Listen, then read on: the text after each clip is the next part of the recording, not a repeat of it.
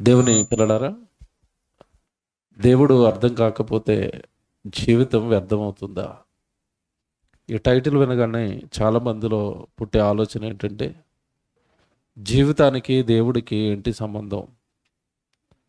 దేవుడిని అర్థం చేసుకోకపోతే మా జీవితాలు ఎందుకు వృధా అవుతాయి, మా జీవితాలు ఎందుకు వ్యర్థం అవుతాయి అని మీరు అనుకుంటున్నారేమో. కొంచెం జాగ్రత్తగా కొద్దిసేపు నేను చెప్పే మాటలు వింటే ప్రతి వ్యక్తి జీవితంలోనూ దేవుడు ఎంత అవసరమో, అందరూ కూడా దేవుడిని అర్థం చేసుకోవాల్సిన పరిస్థితి ఎలా ఉందో మీకు అర్థమవుతుంది. దేవుని పిల్లలారా, ముందుగా రావాల్సిన ప్రశ్న ఏంటంటే, ఇక్కడ దేవుడు మనుషులకు అర్థం కాలేదా? అర్థం చేసుకోవాల్సిన పరిస్థితులు మళ్ళా ఏర్పడ్డాయా అంటే, మీరు కొంచెం నెమ్మదిగా నేను చెప్పే మాటలు ఆలోచించండి. దేవుడిని లోకం ఎలా అర్థం చేసుకుంది అంటే, దేవుడు అంటే ఎవరైనా అర్థం చేసుకుంది అంటే, మా కష్టాలు తీర్చేవాడు, ఏదైనా కష్టం వచ్చినప్పుడు జ్ఞాపకం వచ్చేవాడు, పండగలకి జ్ఞాపకం వచ్చేవాడు, ఏదైనా ఇరుకులు ఇబ్బందులు వచ్చినప్పుడు మొక్కుకునేవాడిగా, దండం పెట్టుకునేవాడిగా, ప్రార్థనలు చేసేవాడిగా దేవుడిని అర్థం చేసుకున్నారే తప్ప, అసలు దేవుడు ఎవరు? దేవుడు అని ఎవరిని పూజించాలి? దేవుడు అని ఎవరిని పూజించాలి?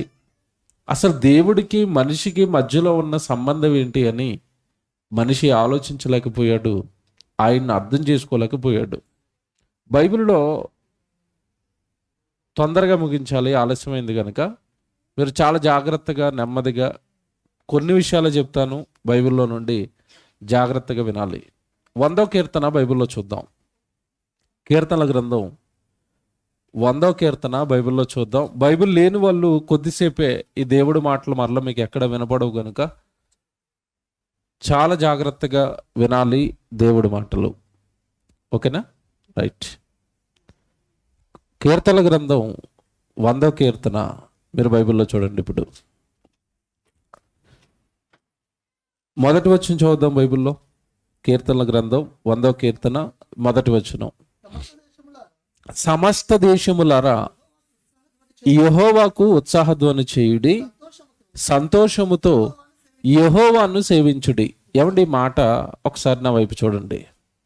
బైబిల్ అనగానే చాలామంది ఎలా అర్థం చేసుకున్నారంటే, బైబిల్లో ఉన్న దేవుడు ఒక దేశానికి సంబంధించిన దేవుడు, అమెరికా వాళ్ళ దేవుడు, లేదంటే తక్కువ జాతి వాళ్ళు నమ్ముకునే దేవుడు, భేదవాళ్ళు నమ్ముకునే దేవుడు, ఇలా మాట్లాడారు దేవుడి గురించి. కానీ ఆ దేవుడు రాయించిన బైబిల్లో ఇప్పుడు మీరు చదువుకున్న మాటలు ఏముందంటే, సమస్త దేశములారా అనుందా, అమెరికా దేశస్తులారా అనుందా?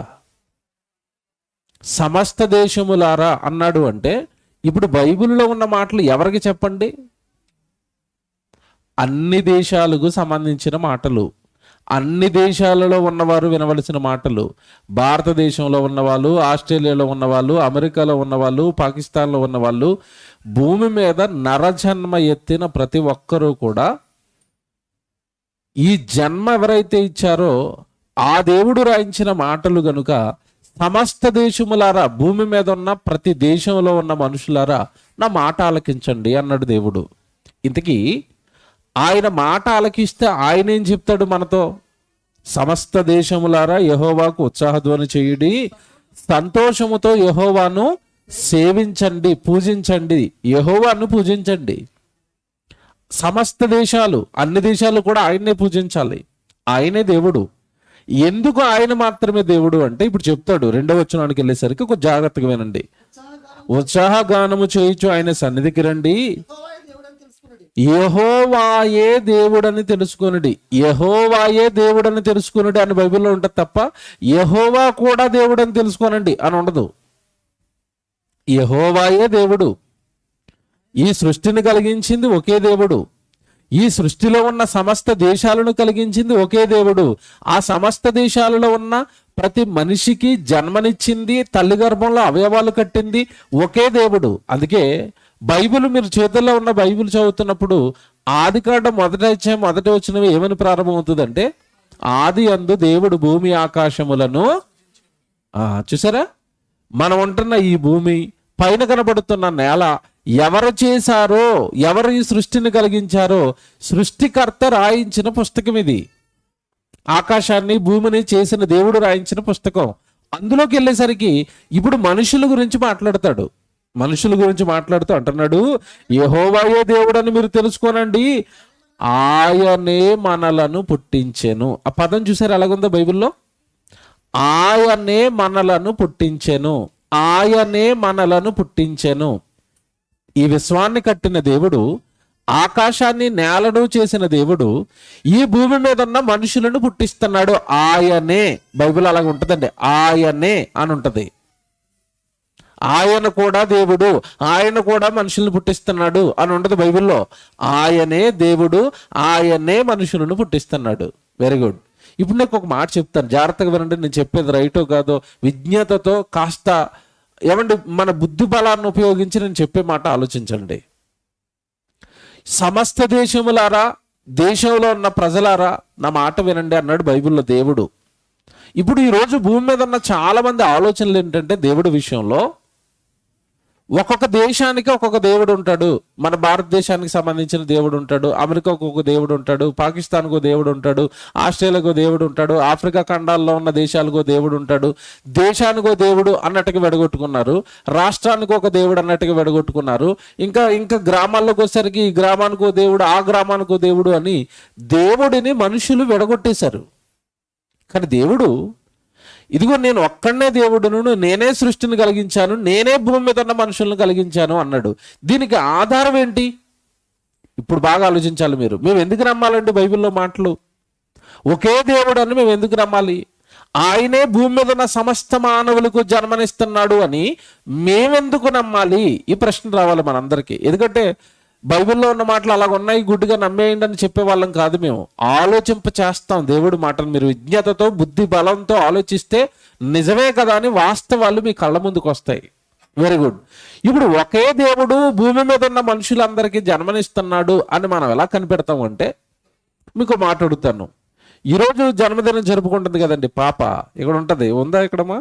బర్త్డే గర్ల్ ఉందా? అదిగోండి, ఒకసారి పైకెత్తమ్మా పాపని.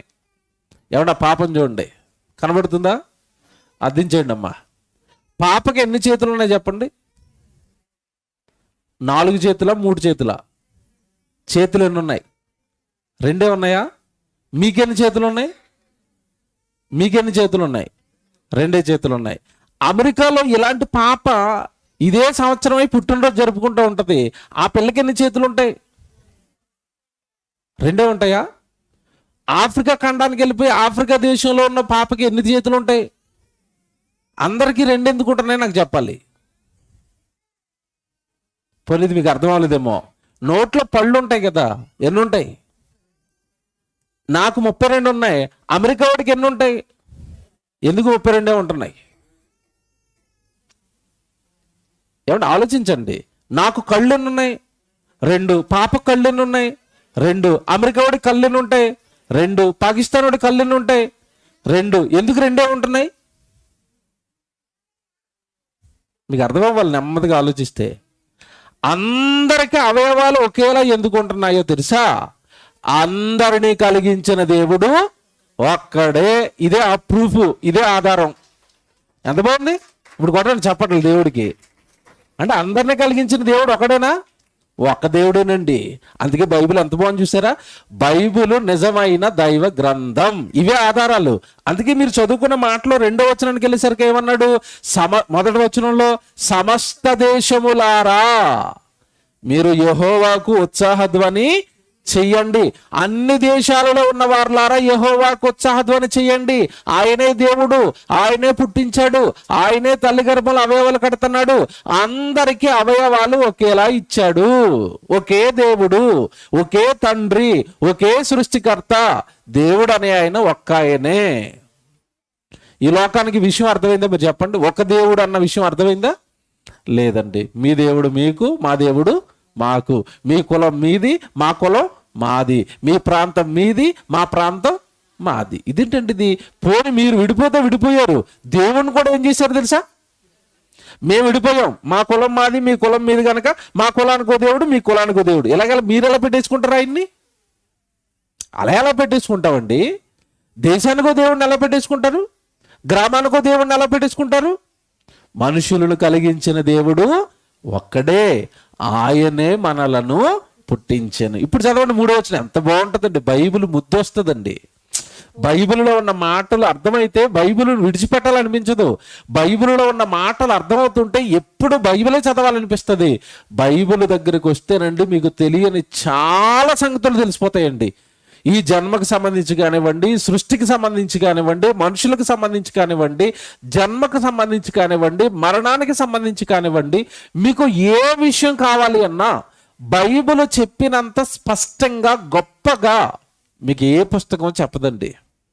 తర్వాత మాట చూడండి ఏమంటాడు, ఆయనే మనలను పుట్టించెను, మనము ఆయన వారము, మనము ఆయన ప్రజలము, ఆయన మేపు గొర్రెలము. ఇక్కడ విషయం ఏంటనుకున్నారు? చాలా మంచి మాట ఇది. మనము ఆయన ప్రజలమంట, మనము ఆయన వారమంట, ఆయనే మనల్ని పుట్టించాడట. తల్లి గర్భంలో కన్ను, కాళ్ళు, ముక్కు, నోరు, చక్కటి ఈ రూపము అవయవాలు చేసింది ఆయనేనట. తర్వాత అంటున్నాడు, తర్వాత మాట, మనము ఆయన మేపు గొర్రెలము అన్నాడు. పుట్టించిన వాడు ఏం కూడా చేస్తున్నాడట? మేపుతున్నాడట. అంటే మనల్ని పెంచుతున్నాడు. జాగ్రత్తగా వినండి. దేవుడని ఆయన ఏం చేస్తున్నాడు? జన్మిచ్చి వదిలిపెట్టలేదు. జన్మనిచ్చిన దేవుడు, మనుషులకు జీవితాన్ని ఇచ్చిన దేవుడే, జన్మనిచ్చిన దేవుడే భూమి మీద ఉన్న మనుషులను మేపుతున్నాడట, పెంచుతున్నాడట. ఈ మాట మీరు ఎవరితోనే చెప్పారనుకోండి, దేవుడు మిమ్మల్ని పెంచుతున్నాడండి అన్నారనుకోండి, సహజంగా అందరూ ఏమంటారు చెప్పండి? మమ్మల్ని దేవుడు పెంచటం ఏంటండి?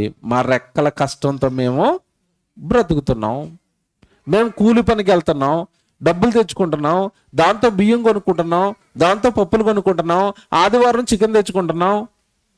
అదే కదా, ఆదివారం అప్పుడప్పుడు చికెన్ బోరు కొట్టేస్తే మటన్ తెచ్చుకుంటాము, 2 వారాలు గ్యాప్ ఇచ్చి 3వ వారం చేపలు తెచ్చుకుంటాము. ఏమంటే మనం తినేవి ఇవే కదా సండే రోజు. Very good. చాలా మంది అలా ఆలోచన ఏంటంటే, ఇప్పుడు నేను బైబిల్ బట్టి నేను చెప్తున్నాను, దేవుడు మనల్ని పెంచుతున్నాడు అన్నాం అనుకోండి, చాలా మంది అంటారు దేవుడు పెంచడం ఏంటండి? నేను పనికి వెళ్తున్నాను కనుక, నా రెక్కలు ముక్కలు చేసుకుని నేను కష్టపడుతున్నాను కనుక దేవుడు నా రెక్కల కష్టంతో నేను బ్రతుకుతున్నాను, నన్ను పోషించుకుంటున్నాను, దేవుడు పెంచటం ఏంటి అంటున్నారు. Very good. ఇప్పుడు ప్రశ్న అడుగుతాను నేను, నా వైపు చూడండి అందరూ. కష్టపడి మీరు బ్రతకడానికి మీరు ఏం కొనుక్కుంటున్నారు నాకు చెప్పండి. ఏం కొనుక్కుంటున్నారు? పప్పు కొనుక్కుంటారండి, కందిపప్పు, బియ్యం కొనుక్కున్నారు, నూనె కొనుక్కున్నారు, ఓకేనా? ఇంట్లో కిరాణా సామాన్లన్నీ కొనుక్కున్నారు. Very good. ఈ కిరాణా సామాన్లన్నీ ఉంటే వంట అయిపోతుందా? ఇంకేమన్నా కావాలో నాకు చెప్పాలి. ఏం కావాలి? గ్యాస్ కావాలి. పోనీ గ్యాస్ కూడా కొనుక్కున్నారు. ఇంకా చెప్పండి.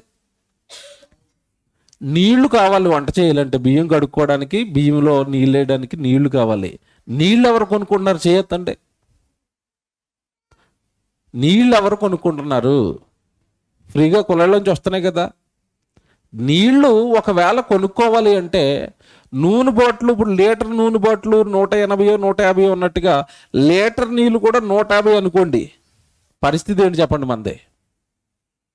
ఎవరైనా ఎక్కువ బకెట్లో నీళ్ళేసి బట్టలు ఉతుకుతారుగా? ఉతకరు. నువ్వు బట్టలు ఉతికేస్తున్న నువ్వు ఇల్లు కడిగేస్తున్న నీళ్ళు, నీ ఇంటి మీద పడిపోతున్న నీళ్ళు, నీ పొలంలో పడిపోతున్న నీళ్ళు కొన్నావా? పైనుంచి ఫ్రీగా పడుతున్నాయా? పడుతున్నాయి. ఎవరు పోస్తున్నారు? మాకు తెలియదు. అవన్నీ లెక్కలేస్తే దేవుడు ఎప్పుడూ అర్థమయ్యేవాడు. ఎవరు లెక్కలేశారు? వచ్చినాయా, వాడుకున్నావా, వదిలేసామా డ్రైనేజీలోకి. చాలా మంది ఎలాగుంటారంటే, గవర్నమెంట్ ట్యాప్ వేస్తాడండి, ఈ ట్యాంక్ నిండిపోద్ది, ఇంకా నీళ్ళు వస్తూ ఉంటాయి. చాలా స్వార్థం మనుషుల్లో. ఈ ట్యాప్ కట్టిస్తే పక్కోడికి వస్తాయి. కానీ చాలా మంది ఏం చేస్తారంటే, ట్యాప్ కట్టకుండా ట్యాప్ వదిలేసి డ్రైనేజీలోకి వదిలేస్తారు ఆ నీళ్ళు. చాలా కోపం అండి ఇలాంటి వాళ్ళు చూస్తే నాకు. ఎందుకంటే నువ్వు చుక్క నీరు తయారు చేయగలవా? తయారు చేయలేనప్పుడు అలా డ్రైనేజీలోకి వేస్ట్గా నీళ్ళు ఎందుకు వదిలేస్తావు? అది నీ కష్టం కాదు కనుక నీకు తెలియటం లేదు. ఎవరి కష్టమో తెలుసా? నీళ్ళు దేవుడి కష్టం. పోనీ అది మీకు అర్థం అవ్వలేదేమో, పక్కనెట్టేయండి, ఇదంతా వద్దండి. ఇప్పుడు ఇంకోటి అడుగుతాను. నా కష్టంతో నేను బతుకుతున్నాను అన్నారు కదా, అసలు బ్రతకడానికి ఆహారం పక్కకు పెట్టండి. మొట్టమొదట బాగా ఇంపార్టెంట్, ప్రతి క్షణం కావాల్సింది ఒకటి ఉంది. ఏంటి చెప్పండి? గాలి. దీన్ని ఎవరు కొంటున్నారో నాకు చెప్పాలి. నా రెక్కల కష్టంతో నేను బ్రతుకుతున్న వాళ్ళు ఎవరైనా గాలి కొంటున్నారా? కొంటున్నారా మీరు ఎవరైనా? కొనట్లేదండి. మరి ఎక్కడి నుంచి వస్తుందండి? పీలుస్తున్నారు, వదిలేస్తున్నారు, పీలుస్తున్నారు, వదిలేస్తున్నారు. ఎక్కడి నుంచి వస్తుంది గాలి? బైబిల్ చూస్తారు ఇప్పుడు, చెట్లు ఇస్తున్నాయి, మొక్కలు ఇస్తున్నాయి, ఇలాంటి కథలన్నీ చెప్పకండి నాకు. ఎవరికి చెప్తారంటే మీరు చదువుకున్న పిల్లలకి, ఏమి రాని మాస్టర్లకి చెప్పండి. చెట్లు పొట్లు కాదండి గాలి ఇస్తున్నది. బైబిల్ చూపిస్తాను ఇప్పుడు నేను. కీర్తన గ్రంథం తీయండి అందరూ. 135వ కీర్తన చూడండి. 135వ కీర్తన చూడండి బైబిల్లో. 7వ వచనం చదువుదాం అందరం. 135వ కీర్తన కొంచెంసేపు జాగ్రత్తగా వినండి, చాలా బాగుంటాయి ఈ మాటలు. మీరు వెళ్ళిన స్కూల్లో కానీ, మీరు వెళసిన విద్యాలయాల్లో కానీ, పెద్ద పెద్ద ప్రొఫెసర్స్కి సైతం అంతు చిక్కని దైవ జ్ఞాన సంగతులండి. సృష్టి రహస్యాలు, ఒక రకంగా చెప్పాలంటే సృష్టిలో ఉన్న రహస్యాలు, దేవుడు చెప్పిన సృష్టి రహస్యాలు ఇవి. Very good. ఏం చెప్తున్నాడు? భూదిగంతముల నుండి ఆవిరిని లేవజేయువాడు ఆయనే. భూమిలో నుంచి ఏం పుట్టిస్తున్నాడట? ఆవిరి. Very good. తర్వాత వాన కురియునట్లు మెరుపులు పుట్టించువాడు ఆయనే. ఏం పుట్టించాడట? వాన కురవాలి అంటే ఏం పుట్టాలట?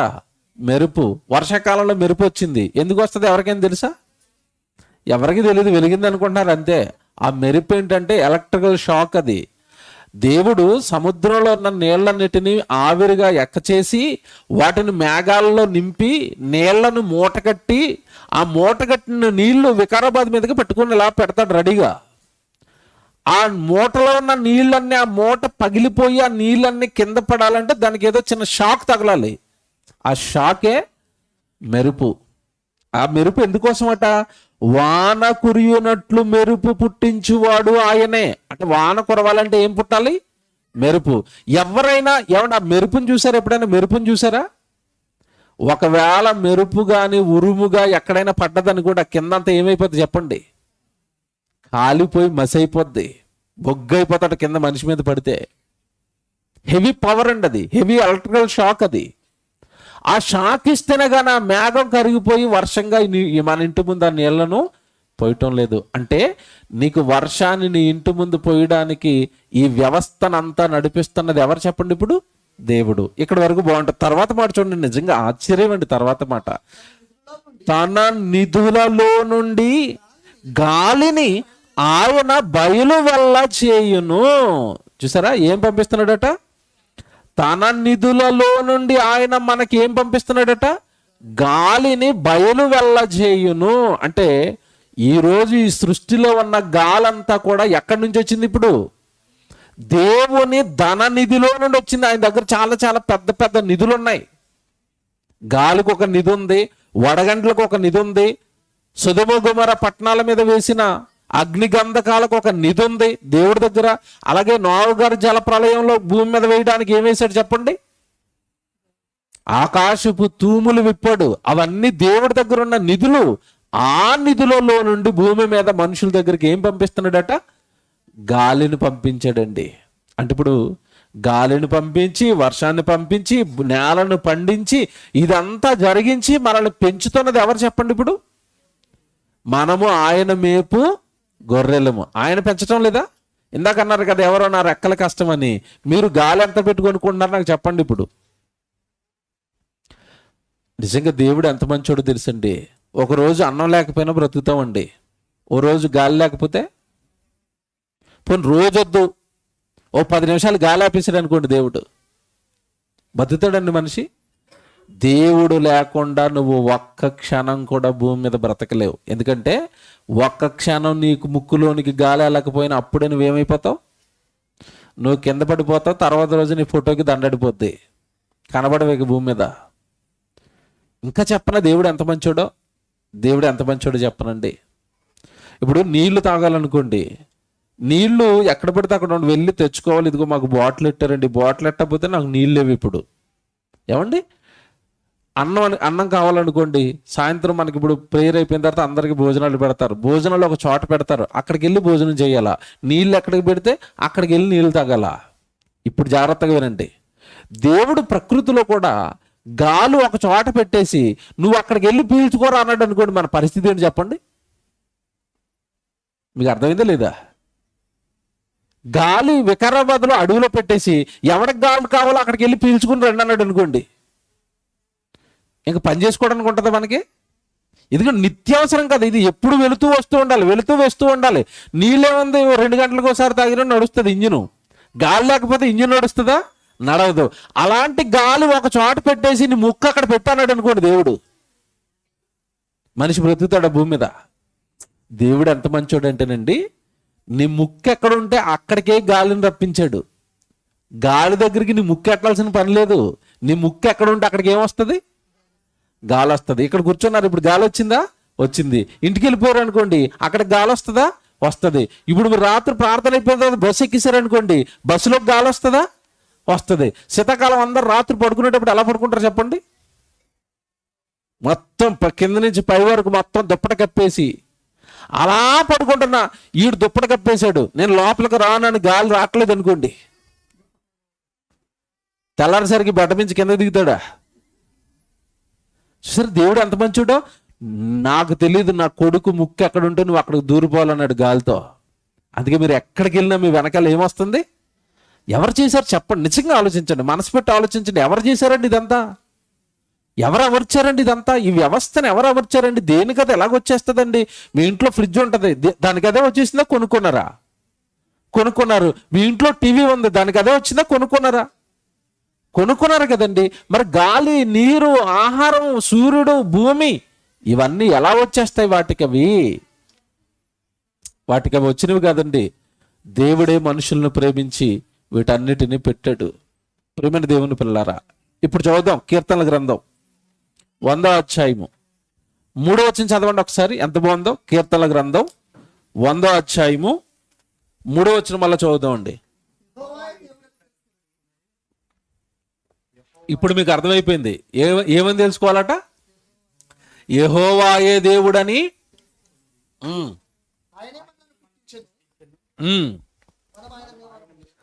ఆయనే మనలను పుట్టించెను, మనము ఆయన వారము, మనం ఆయన ప్రజలము. సరే మాట, మనము ఆయన మేపు గొర్రెలము. మనల్ని పెంచుతున్నది ఎవరు చెప్పండి? గాలిచ్చి, నీరిచ్చి, వర్షాలు ఇచ్చి మనల్ని పెంచుతున్నది ఎవరు? దేవుడు.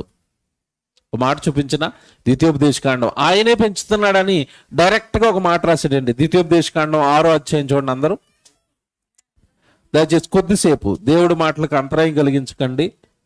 ద్వితీయోపదేశకాండం 6వ అధ్యాయం అందరు తీయండి. ద్వితీయోపదేశకాండం 6వ అధ్యాయం 24వ వచనం చదువుతాం. ద్వితీయోపదేశకాండం 6వ అధ్యాయం 24వ వచనం, మనకు నిత్యము మేలు కలుగుటకై యెహోవా నేటి వలె మనలను బ్రతికించునట్లు అన్నది చూసారా?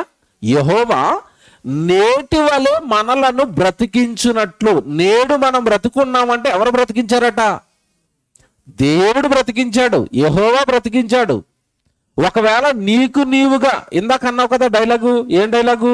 నా రెక్కల కష్టంతో నేను బతుకుతున్నాను అన్నాడు కదా. ఆ రెక్కల కష్టంతో బతికే వాళ్ళంతా కరోనా టైంలో ఎందుకు చచ్చిపోయారు? బతికేయచ్చు కదా. మీకు అర్థమవుతుంది ఇప్పుడు? కరోనా వచ్చినప్పుడు నా రెక్కల కష్టం నేను బతికేస్తానని బతికేశారా? అందరూ దేవుడికి ప్రార్థనలు చేశారా? ఎందుకు చేశారు? బతికేస్తానన్న కదా బతికే. ఆయన చిత్తం లేకుండా మనిషి బ్రతుకుతాడండి భూమి మీద? గాలి లేకుండా, ఆయన ఇచ్చిన ఆయుష్కాలం లేకుండా, ఆయన ఇచ్చిన దేహంలో ఆరోగ్యం లేకుండా మనిషి భూమి మీద బ్రతకగలుగుతాడు అంటే బ్రతకలేడు. ఆ మాట ఇక్కడ మీరు చదువుకున్నారు. ఇప్పుడు నిత్యము మేలు కలుగుటకై, మనకు నిత్యము మేలు కలుగుటకై అన్నాడు చూసారా? మనకు నిత్యము మేలు కలుగుటకై యెహోవా నేటి వలె మనలను బ్రతికించునట్లు. నేడు మనం బ్రతుకున్నామంటే ఎవరు బ్రతికించారు? దేవుడండి. దేవుడు లేకుండా మనిషి బ్రతకలేడా? బ్రతకలేడు. కన్ఫర్మ్ చేస్తున్నాను నేను కొంచెం ఆలోచించండి అని కూడా అంటం లేదు. నేను ఈ విషయం కొంచెం ఆలోచించండి అని కూడా అంటం లేదు. నేను కన్ఫర్మేషన్ ఇస్తున్నాను. దేవుడు లేకుండా భూమి మీద మనిషి బ్రతకలేడు. బ్రతుకుతాను అన్నవాడు ఏం చేయాలంటే ముక్కు మూసుకుని 2 నిమిషాలు నిలబడాలా. నాకు అవసరం లేదండి దేవుడు, మీ దేవుడు గాలి ఇచ్చాడు అంటున్నారు కదా, ఆ గాలి నాకు అవసరం లేదు. ఈ మధ్యకాలంలో ఎలాగైపోయారంటే దేవుడి విషయంలో నుండి ఎందుకో కరుడు కట్టిన బండబారిపోయిన హృదయాలుగా మారిపోయారండి. దేవుడు అది చేశాడంటే అది మాకు అవసరం లేదు, దేవుడు ఇది చేశాడు మాకు అవసరం లేదు అంటున్నారు. అయితే దేవుడు గాలి చేశాడు, ఇప్పుడు చెప్పు అవసరం లేదని. మీ దేవుడు గాలి చేశారని బైబిల్లో ఉంది కదా. మీ దేవుడు వేరు మా దేవుడు వేరు, మేము ముక్కు మూసేసుకుంటాం, మీ దేవుడు చేసిన గాలి మాకు వద్దు, మూసేమనండి ఎవరినైనా. ఇక్కడ మళ్ళీ ఇలాంటి మాటలు ఇలాంటి డైలాగులు ఎక్కడయ్యారు మళ్ళీ. అర్థమవ్వలేదు దేవుడు ఒకడే అని అర్థమవ్వలేదు. ఆయనే సమస్త మానవాళికి తండ్రి అని అర్థమవ్వలేదు. ఆయన గాలి చేశాడు కనుక అమెరికాలో గాలి, ఆఫ్రికా గాలి, భారతదేశంలో గాలి, చైనాలో గాలి, పాకిస్తాన్లో గాలి ఒకలాగే ఉంటుంది. మనుషులందరూ ఒకలాగే ఎలాగైతే ఉంటారో అలాగే ప్రకృతిలో ఉన్న ప్రతిదీ కూడా ప్రతి దేశంలోనూ ఒకలాగే ఎందుకు ఉంటుంది అంటే ఒక్క దేవుడే పంచభూతాలను చేశాడు, ఒక్క దేవుడే మనుషులను చేశాడు కనుక భూమి మీద ఉన్న ప్రకృతిలో ఉన్నవన్నీ కూడా ఒకేలా ఉంటాయి.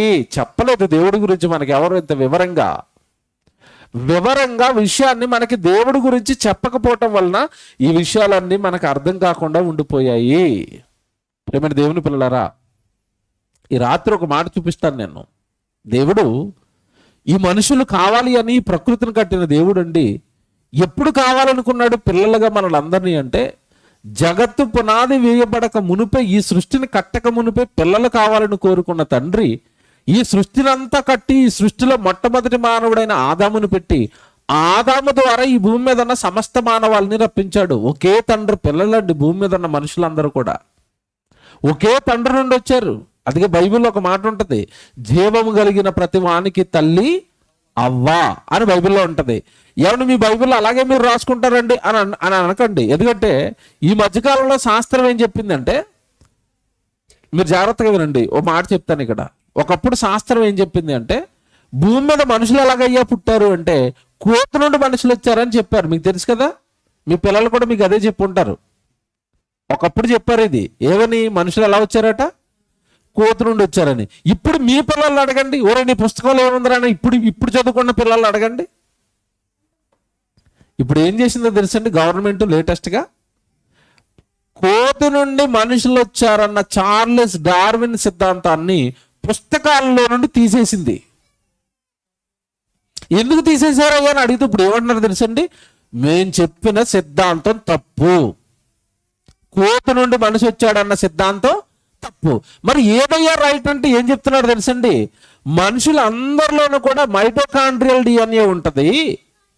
ఈ మైటోకాండ్రియల్ డిఎన్ఏ అనేది తల్లి నుండి వస్తుంది కనుక మేము మనుషుల మీద ప్రయోగాలు చేసినప్పుడు అందరిలోనూ ఒకే డిఎన్ఏ కనపడుతుంది కనుక అందరూ కూడా ఒక తల్లిలో నుండి వచ్చారు. భూమి మీద ఉన్న సమస్త మానవాళికి తల్లి ఒకతే అన్నది. ఇప్పుడు అంతకుముందు ఏం చెప్పారు, మనకి కోతి నుండి వచ్చారని చెప్పారు. ఇప్పుడు ఏం చెప్తున్నారు, ఒక తల్లి నుండి భూమి మీద ఉన్న మనుషులందరూ వచ్చారని చెప్తున్నారు. ఏమంటే తల్లి నుండి మనుషులు ఎలా వచ్చేస్తారు, తల్లి నుండి వచ్చారంటే అక్కడ ఎవరు ఉండాలి, తండ్రి ఉండాలి, ఆవిడికి భర్త ఉండాలి కదా.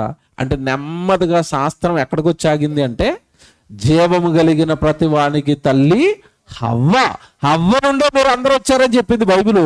ఇప్పుడు నెమ్మదిగా శాస్త్రం వచ్చి అక్కడ ఆగింది. సరే, ఏం బైబిల్ అండి, బైబిల్లో చెప్పిన మాటలు ఇప్పుడు శాస్త్రం ఇప్పుడు నిరూపించింది.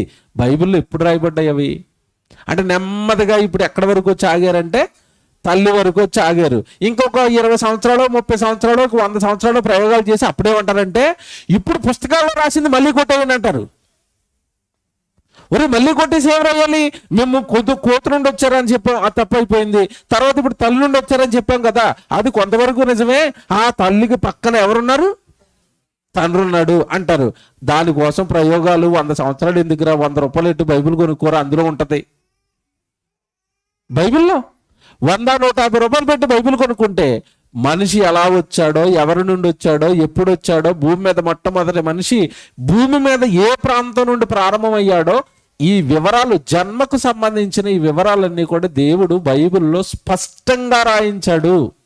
దేవుని పిల్లలారా, మీరు ఎంతమంది మొదటిసారి బైబిల్ గురించిన మాటలు వింటున్నారో దయచేసి మీ అందరికీ ఒకటే చెప్తున్నాను, ఎవరో చెప్పిన కళ్ళబొల్లి మాటలు నమ్మకండి. బైబిల్ మత పుస్తకం, బైబిల్ విదేశాల పుస్తకం, ఆ దేవుడు ఈ దేవుడు ఇవన్నీ పక్కకు పెట్టి ఏమంటే మతం మారండి అని మేము చెప్పడం లేదు. ఒకసారి బైబిల్లో ఏముందో చదవడానికి ప్రయత్నించండి. ఒక్కసారి బైబిల్ కొనుక్కొని అసలు ఏముందో చదవడానికి ప్రయత్నించండి. మొదట ఎవరో చెప్పిన నమ్మకండి. మొదట మీరు చదవండి. అందులో తప్పులు ఏవైనా ఉంటే అప్పుడు అడగండి, ఇది తప్పు, ఇది తప్పు, ఇది తప్పు అని. కనుక దేవుని పిల్లలారా, ఈ సమస్త మానవాళికి తండ్రి దేవుడు ఒకడే. ఆ దేవుడు రాయించిన పుస్తకమే మనందరి చేతుల్లో ఉన్న ఈ బైబిలు. ఇది మానవ జన్మ గురించి స్పష్టమైన వివరణ ఇచ్చింది. స్పష్టమైన వివరణ. యోబు గ్రంథం ఒక మంచి మాట చూపిస్తాను మీకు, ముగించేస్తాను. యోబు గ్రంథం 10వ అధ్యాయము 8వ వచనం మీరు చూడండి. యోబు గ్రంథం 10వ అధ్యాయము 8వ వచనం అండి. యోబు గ్రంథం 10వ అధ్యాయము 8వ వచనంలో దేవుడు ఒక మంచి మాట చెప్తున్నాడు అండి. నిజంగా ఆశ్చర్యం వేస్తుంది ఈ మాట. నీ హస్తములు అనగానే దేవుడు అండి. దేవుడు హస్తములు, నీ హస్తములు నాకు అవయవ నిర్మాణము చేసి నన్ను రూపించి ఉన్నను. నీవు నన్ను మృంగివేయుచున్నావు. జిగటమన్నుగానున్న నన్ను నీవు నిర్మించితివి. ఆ సంగతి జ్ఞాపకం చేసుకునుము. 10వ వచనం అండి. ఒకడు పాలు పోసినట్లు నీవు నన్ను పోసితివి కదా, జున్ను గడ్డ ఒకడు పేరబెట్టినట్లు. చూసారండి, దేవుడు జన్మ గురించి ఎంత బాగా మాట్లాడుతున్నాడు అంటే, ఒకడు పాలు పోసినట్లు నీవు నన్ను పోసితివి కదా, జున్ను గడ్డ ఒకడు పేరబెట్టినట్లు నీవు నన్ను. ఏమంటే జున్ను ఎలా పెడతారో తెలుసు కదా, ఆడపిల్లలు ఉన్నారు ఇక్కడ అందరూ. జున్ను ఎలా తయారు చేస్తారు చెప్పండి? పల్చటి పాలును పొయ్యి మీద పెట్టి వేడెక్కిస్తే అది ఎలా మారుతుంది చెప్పండి? గడ్డ. ఆడపిల్లలు ఉన్నారు ఇక్కడ, చాలా మంది పిల్లల్ని కన్నా తల్లులు కూడా ఉన్నారు. మీరు గర్భవతి అయిన తర్వాత 3వ నెలలో ఒక స్కానింగ్ చేస్తారు. ఆ స్కానింగ్లో గర్భంలో ఉన్న బిడ్డ ఎలా కనపడతారు చెప్పండి? ఎలా కనపడతాడు? ఒక రక్తపు ముద్దండి, అది కదులుతూ ఉంటుంది.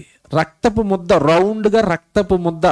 దానికి కదిలి ఇలా మూమెంట్ ఉందనుకోండి, చిన్న మూమెంట్ ఉందనుకోండి, డాక్టర్ అంటాడు ఆ బ్రతికే ఉందండి పిండం అంటాడు. వీడికేం తెలియదు, అది కదులుతుంది కనుక చెప్తాడు అంతే. ఏదో పెద్ద పిహెచ్డి అనుకోకండి. అందులో అది కదలకుండా ఏ మూమెంట్ లేకుండా రక్తపు ముద్ద అలాగా కాన్స్టెంట్గా ఉండిపోయింది అనుకోండి, అప్పుడు అంటాడు పిండం ఏమైపోయింది? చచ్చిపోయిందండి, ఇక మీకు గర్భం నిలవలేదండి అంటాడు. ఆ తర్వాత గర్భం నిలవకపోతే రక్తస్రావం అయిపోద్ది. అంటే 3వ నెలలో 2వ నెలలో బిడ్డ ఎలాగున్నాడు అంటే రక్తపు ముద్దండి. ఆ రక్తపు ముద్ద 9 నెలలు గడిచేసరికి ఎలాగైపోతాడు? 3.5 కేజీల మాంసపు ముద్ద అవలేదా? అంటే రక్తాన్ని పేరబెట్టి దేవుడు ఎలా చేశాడు? జున్నుగడ్డ పేరబెట్టినట్లుగా తల్లి గర్భంలో నీవు నన్ను ఏం చేసావు అన్నాడు భక్తుడు. పేరబెట్టితివి కదా. 3.5 కేజీలు 3 కేజీలు బిడ్డ బయటికి రాగానే రక్తం కనపడ్డదా? చర్మము, మాంసము, ఎముకలు, ఊపిరితిత్తులు, గుండె ఇవన్నీ కనపడుతున్నాయి మీకు. ఇవన్నీ కనబడతాయి. మరి రక్తపు ముద్దకి ఇవన్నీ ఎక్కడి నుండి వచ్చేయండి చెప్తాడు ఇప్పుడు కింద. ఎంత బాగుంటుంది చూడండి బైబిల్. జున్నుగడ్డ ఒకడు పేరబెట్టినట్లు నీవు నన్ను పేరబెట్టిదివి కదా, చర్మముతోను.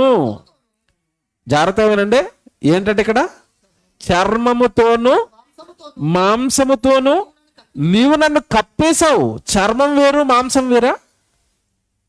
ఎవడు చర్మం వేరు మాంసం వేరా? వేరండి. చర్మం అంటే ఏంటనుకుంటున్నారు? ఇదిగో పైన ఉన్నది స్కిన్. మాంసం ఎక్కడ ఉంటుంది? ఆ స్కిన్ కింద ఉంటుంది, లోపల ఉంటుంది.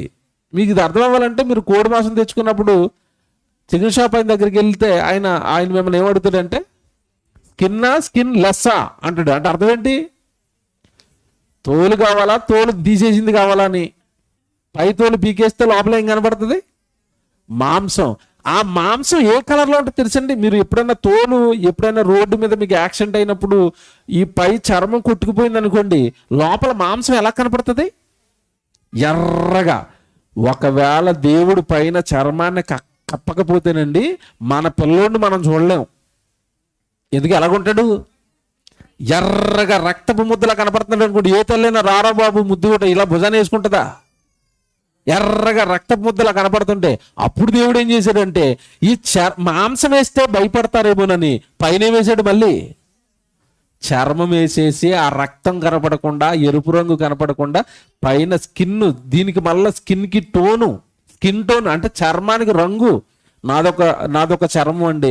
కొంతమంది ఎర్రగా ఉంటారు, కొంతమంది నల్లగా ఉంటారు, కొంతమంది అటు ఇటు కాకుండా కాఫీ రంగులో ఉంటారు. ఇవన్నీ చర్మానికి దేవుడు మళ్ళా వేసిన రంగులు.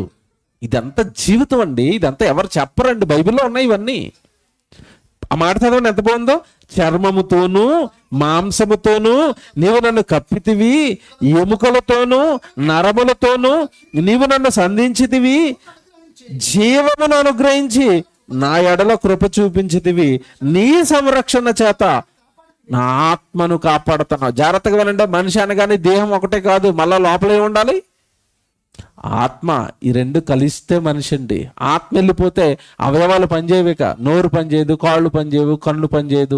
ఆత్మను పెట్టి తల్లి గర్భంలో అవయవాలు కట్టి చర్మంతో, ఎముకలతో, మాంసంతో, అంతరింద్రియాలతో, ఇదిగోనండి ఈరోజు జన్మదినం జరుపుకోవడం చూసారా ఒక పాప. ఆ పాపకు అంతటి అందమైన రూపం రావడానికి కష్టపడింది ఎవరో తెలుసండి? దేవుడండి. వాళ్ళ అమ్మనాన్నని అడగండి, మీ పాపకి మీరు ఏ కలర్ వేసుకున్నారని అడగండి.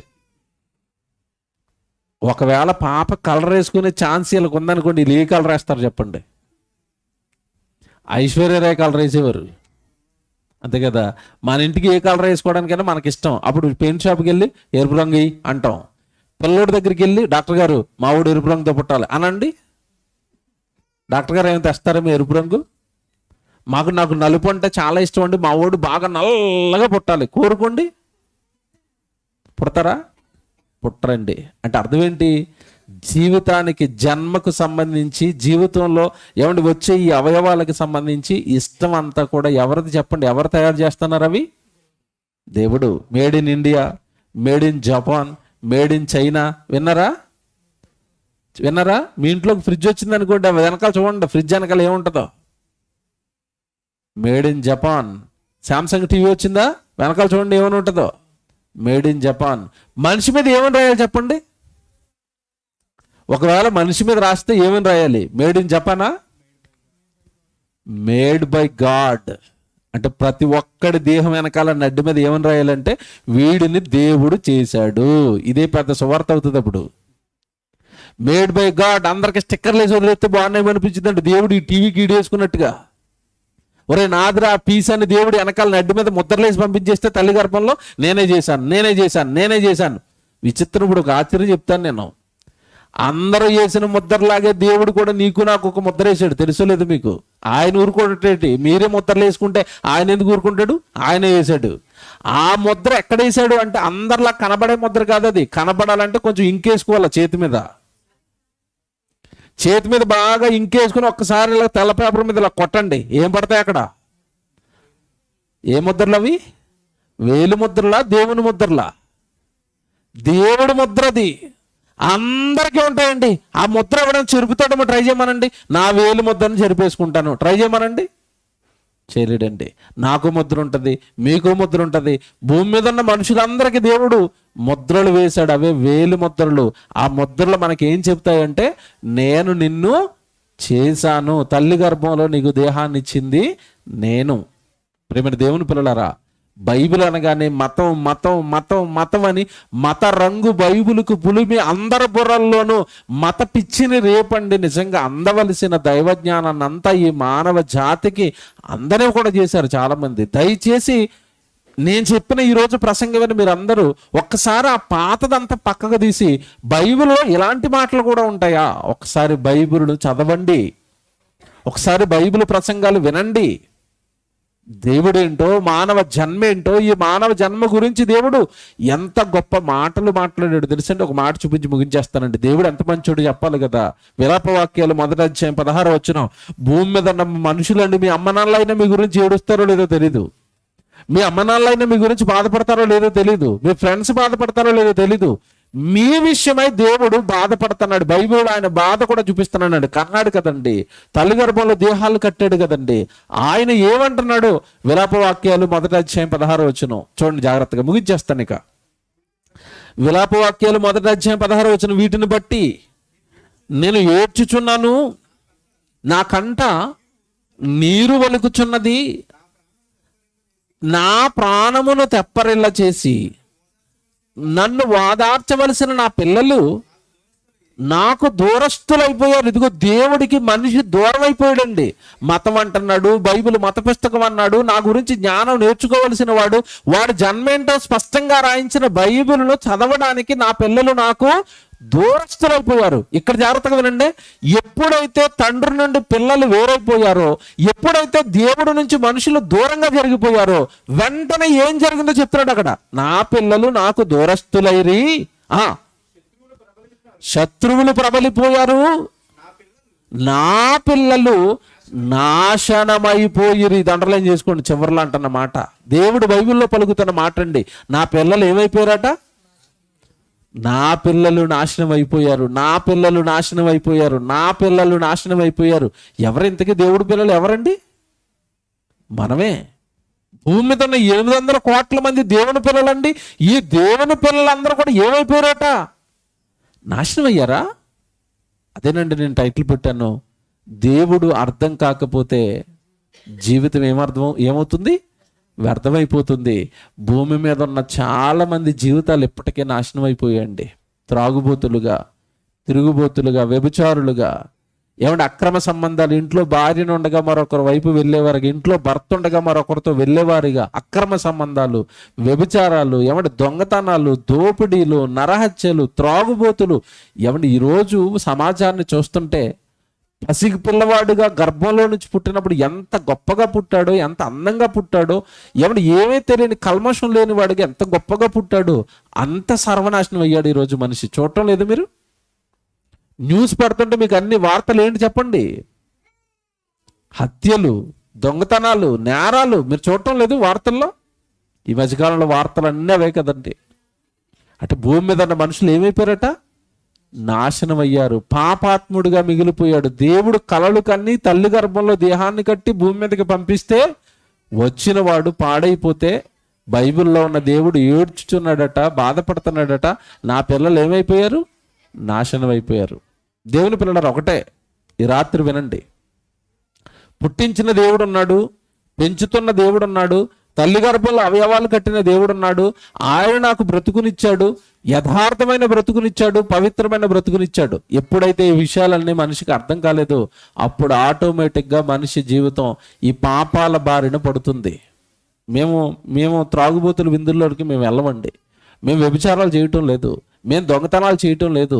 ఈరోజు మంచి వ్యక్తులుగా సమాజంలో మేము నిలబడడానికి గల కారణం, మమ్మల్ని నిలబెట్టింది ఏంటో తెలుసండి? బైబిలు, వాక్యం. ఒకవేళ మీరు బైబిల్ పట్టుకుంటే చాలా మంది అంటున్నారు మతం మార్చేస్తున్నారని. కాదండి, బైబిలు మనిషి యొక్క మనసు మార్చేసి పాపాలు చేయనివ్వకుండా కట్టేస్తుంది. వ్యభిచారం చేయడక బైబిల్ పట్టుకున్నవాడు దొంగతనాలు చేయాలనిపించదు, కొట్టుకోవాలనిపించదు, తిట్టుకోవాలనిపించదు, చంపుకోవాలనిపించదు. బైబిల్ మనసును మార్చేస్తుంది. యేసు ప్రభు దగ్గరికి ఎప్పుడైతే వచ్చాడో వాడొక ప్రేమమయుడిగా మారతాడు, వాడొక దయామయుడిగా మారతాడు, వాడొక ప్రేమించేవాడిగా మారతాడు తప్ప ఈ క్రూరత్వం అనేది మనుషుల్లో నుండి పోతుంది. అందుకే దేవుడు బైబిల్లో చెప్పిన మాట ఏంటంటే, నా పిల్లలు నాకు దూరస్తులైపోయి ఏమైపోయారట? నాశనం అయిపోయారు. బాగుపడాలంటే ఈ పిల్లలందరూ ఇప్పుడు ఏమవ్వాలి? దూరస్తులైన పిల్లలందరూ దేవుడికి దగ్గరైతే, వాక్యానికి దగ్గరైతే, బైబిల్లో ఉన్న దేవుడి మాటలకు దగ్గరైతే ఈ పాపాలన్నీ పోయి ఒక పరిశుద్ధుడిగా, పవిత్రుడిగా, మంచివాడిగా, ఇటు కుటుంబానికి మంచివాడిగా, ఇటు గ్రామానికి మంచివాడిగా, ఇటు సమాజానికి మంచివాడిగా ఒక వ్యక్తి తీర్చిదిద్దబడాలి అంటే వాడు మొదట రావలసింది బైబిల్ దగ్గరకు. దేవుడి మాట భయపెడుతుంది. దేవుడి మాట పాపం వైపు వెళ్లకుండా కాళ్ళకు కళ్ళెం వేస్తుంది, మాటలకు కళ్ళెం వేస్తుంది, ఆలోచనలకు కళ్ళెం వేస్తుంది, తప్పుడు పనుల వైపు నేను వెళ్ళనివ్వకుండా అడ్డుకుంటుంది బైబిలు. ఇంత మంచి బైబిల్కు మతమని ఇంత మంచి మాటలు చెప్తున్న బైబిల్ దగ్గరకు రానివ్వకుండా చాలా మంది జీవితాలు ఈరోజు నాశనం వైపు పరుగులు పెడుతున్నాయి. అందుకే దేవుడు బైబిల్లో మాట చెప్పాడండి, అమ్మలారా, నాన్నలారా, తండ్రులారా, మీరు పిల్లల్ని కన్నారు కదా, మీరు కన్న మీ పిల్లలకి నిన్ను నన్ను కన్న దేవుడు ఒక ఆయన పరలోకంలో ఉన్నాడు అని, ఆయన కొరకు నువ్వు సరిగా బ్రతకకపోతే శిక్షిస్తాడు అన్న మాట మీరు చిన్ననాటి నుండి వాడికి నేర్పకపోతే వాళ్ళు నాశనం అయిపోతారని చెప్పాడు. అందుకే బైబిల్లో ఉన్న మాట ఉంటుంది, బాలుడు నడువవలసిన త్రోవను వాడికి నువ్వు నేర్పుము, వాడు పెద్దవాడైన తర్వాత దానిలో నుండి తొలగిపోడు. చిన్నప్పుడు నువ్వు దేవుడి గురించి నేర్పలేదు అనుకోండి, ఈ ఒక్క మాట చూసి ముగించేస్తాను. చాలా మందికి తెలియదు ఇది. సామెతల గ్రంథం 29:15 చూడండి, చివరి మాట. సామెతల గ్రంథం, నువ్వు చిన్నప్పటి నుంచే దేవుడి గురించి కానీ నువ్వు నేర్చుకుని నీ పిల్లలకి దేవుడి గురించి చెప్పకపోతే, సామెతల గ్రంథం 29:15 చూడండి. సామెతల గ్రంథం 29:15 చదువుతున్నారు. బెత్తెమును గద్దింపును జ్ఞానము కలుగ చేయును, అదుపు లేని బాలుడు తల్లికి అవమానం తెచ్చును. పిల్లోడు అదుపులో లేకపోతే అవమానం ఎవరికట? అదుపు లేని బాలుడు తల్లికి అవమానం తెచ్చును.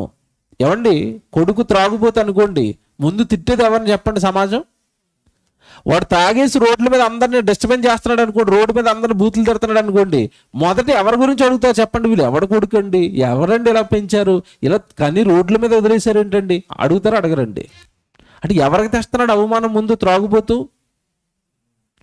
అదుపు లేని బాలుడు తన తల్లికి ఏం తెస్తాడట? అవమానం తెస్తాడు. సరిగా అమ్మాయిని సరిగా పెంచకుండా ఏమంటే పెళ్లి చేశారనుకోండి, అత్తోరింటికి వెళ్ళిపోయింది, బట్టలు ఉతకడం రాదు, కూరలు చేయటం రాదు, సరిగా పొద్దున్నే లేవటం లేదు, అప్పుడు అత్తమ్మ ఎవరిని తిడతా చెప్పండి? మొదట ఎవరిని తిట్టుద్ది? ఏం పెంచిందండి ఈవిడ, ఏమి నేర్పిందండి దగ్గర పెట్టుకుని 20 సంవత్సరాలు అంటదా అందా? మీరు బాగా ఆలోచించండి. వీళ్ళే అంటుంటే దేవుడు అండండి? అన్నాడు కదండి, తల్లి గర్భంలో అవయవాలు చేశాడు కదండి. ఆ బిడ్డను సరిగా పెంచకపోతే దేవుడు ఏమండా? కనుక బాగా ఆలోచించుకోండి. పిల్లలు మన పిల్లలు కాదండి. ఎవరి పిల్లలు తెలుసా?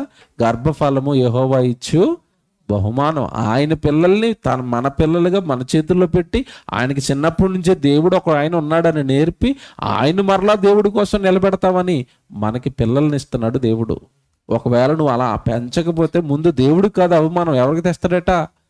కన్న తల్లికే. అదుపు లేని బాలుడు కన్న తల్లికి ఏం తెస్తాడు? అవమానం తెస్తాడు. మీరు చిన్నప్పుడు ఒక నీతి కథ చదువుకుని ఉంటారు స్కూల్లో. ఒక తల్లి కొడుకుని పెంచుతుందండి. పెంచుతున్నప్పుడు ఆడొక రోజు ఏం చేశాడంటే, పక్కన ఎవరో తోటకూర మొక్కలు వేసుకుంటే 4 మొక్కలు లాక్కుని వచ్చేసాడు. ఏం మొక్కలు? తోటకూర మొక్కలు. తల్లి ఏం చెప్పాలి చెప్పండి? మంచి తల్లి అయితే ఏం చెప్పాలి? ఒరే పక్కోళ్ళు ఎందుకురా తెచ్చావు, అది దొంగతనం కదరా, తప్పు కదరా, వాళ్ళు వేసుకున్నారు కదా, వాళ్ళు పెంచుకున్నారు కదా, అలా తేకూడదురా అనాలి. అన్నదా? అనలేదట. తోటకూర మొక్కలు తేగానే తల్లి మురిసిపోయిందట. మా ఓడు భలే పీక్కి వచ్చాడని తోటకూరలని బాగా ఫ్రై చేసి ఆడికే పెట్టిందట. భలే తెచ్చావురా తోటకూర మొక్కలు అందట. తర్వాత నెమ్మదిగా ఈ తెస్తుంటే అమ్మ తిట్టవలసింది పోయి ఏం చేసింది? మెచ్చుకుంది, బలా అన్నది. వీడికి ఇది ఏదో బాగుంది అనుకున్నాడు. తోటకూర మొక్కలు తేడంతో ప్రారంభమైన వీడు తర్వాత అలాగే వెళ్తున్నవాడు దేవుడితో పరస కొట్టుకుని వచ్చాడు రోజు ఇంటికి. పర్సలో 500 ఉంది. అమ్మాడిది పరస కొట్టేసానమ్మా 500 ఉందంటే, పోలేరా మనకి ఎలాగో డబ్బులు లేవు కదా, 500 కదా, చేయం కదా, పరస కాళ్ళలో పడేసి 500 నాకు ఇచ్చే అందట. ఇంకీడికి చిన్నప్పటి నుంచి ఏం అలవాటు అయిందంటే, అమ్మ ఏం తెచ్చినా కూడా దొంగతనం చేసి ఏమంటం లేదు. చివరికి తోటకూర మొక్క దగ్గర జేబు దొంగగా ప్రారంభమైన వీడు చివరికి చిన్న ఏం చేస్తామని ఒకప్పుడు పెద్ద కిడ్నాప్ ప్లాన్ చేసి ఎవరినో కిడ్నాప్ చేసాడు. కిడ్నాప్ చేసేసరికి దొరికిపోయాడు. పట్టుకెళ్ళి ఎక్కడ వేసారు తెలుసా? పోలీస్ స్టేషన్లో వేసి చితక్కొట్టేశారు. కిడ్నాప్ చేస్తే పోలీసులు ఊరుకుంటారండి? మొత్తం మీద కిడ్నాప్ కేసులు దొరకంగానే జోబు దొంగ ఈడేనని మొత్తం కేసులన్నీ మీద పడిపోయి కుమ్మేశారండి. గట్టి కుమ్మేశారు, చితక్కొట్టేశారు. ఒరే నీకు కేసులన్నీ మీద పడిపోయినాయి, ఇక నువ్వు జీవితకాలం జైలే అన్నారు పోలీసు వాళ్ళు. అప్పుడు ఏడుతున్నాడండి. ఎక్కడ కూర్చుని? జైల్లో కూర్చుని అలాగే ఏడుతుంటే తల్లి చూడడానికి వెళ్ళింది. ఎవరిని? కొడుకుని. ఏడుతుంది. అక్కడ ఆడు ఏడుతున్నాడు. అమ్మ నీకో సీక్రెట్ చెప్పాలి, ఇలా రా అన్నాడు. ఈవిడనుకుంది దొంగతనాలు చేస్తున్నాడు కదా, ఎక్కడనే ఏమన్నా దాచాడేమో, ఆ డబ్బులు తీసుకోవడానికి రమ్మన్నాడని ఆ చెప్పు బాబు అని చెవి ఎలా పెట్టిందట. చెవు కొరికేసాడు. చెవి మొత్తం కొరికేసాడు. అలాగా కొరికేస్తుంటే ఏడుతుంది, రక్తం కారిపోతుంది. ఎలా పట్టుకుని ఏడురా చెవి కొరికేసావంటే అప్పుడు అంటున్నాడు, నేను మొదట తోటకూర మొక్కలు తెచ్చిన రోజే నువ్వు నన్ను కొట్టుంటే ఇప్పుడు నేను ఈ జైల్లో ఉండేవాడిని కాదు. చూసారా? చిన్నప్పటి నుంచి పిల్లలకి తప్పులని చెప్పకపోతే వాడి జీవితం ఏమవుతుందో చెప్పండి. దొంగగా మారిపోతాడు. బైబిల్ ఎంత మాట బైబిల్ ఎంత బాగా చెప్పింది చూసారా? చిన్నప్పటి నుంచి వాడిని ఎందులో పెట్టుకోమంటుంది? అదుపులో పెట్టుకో. దొంగతనాలకు వెళ్ళనివ్వకు, చెడు స్నేహాలకు వెళ్ళనివ్వకు. ఎవరైనా సిగరెట్ తాగుతున్నాడు అనుకోండి, అక్కడ నీ కొడుకుని ఉంచనివ్వకు, నీ కూతురుని ఉంచనివ్వకు, తిరుగుబోతులతో వెళ్ళనివ్వకు. మంచి వాళ్ళతో నువ్వు చెడ్డవాళ్ళు అని తెలిసిపోయిందంటే వాళ్ళతో నీ పిల్లల్ని కలవనివ్వకు. అదుపు లేని బాలుడు తల్లికి ఏం చేస్తాడు? అవమానం. బైబిల్ మతం కదండి, కుటుంబాలను బాగు చేస్తుందండి. బైబిల్ మతం కాదండి, మీ పిల్లల్ని బాగు చేస్తుందండి. బైబిల్ మతం కాదండి, మీ భార్య భర్తల మధ్యలో ఏమైనా గొడవలు వస్తే ఆ గొడవలను సంస్కరించి మీ కుటుంబాలను నిలబెడుతుందండి. బైబిల్ అంటే ఏంటనుకుంటున్నారు? మహాజ్ఞాన గ్రంథం. భూమి మీద మన జీవితాలకు అవసరమైన అన్ని మాటలు రాయించిన గ్రంథం. కనుక బాగా ఆలోచించండి. మొదటిసారి వాక్యం వింటున్న వాళ్ళు చక్కగా బైబిల్ వినండి, చర్చికి వెళ్ళండి. మీరు, మీ పిల్లలు, మీ కుటుంబాలతో హాయిగా ఉండండి.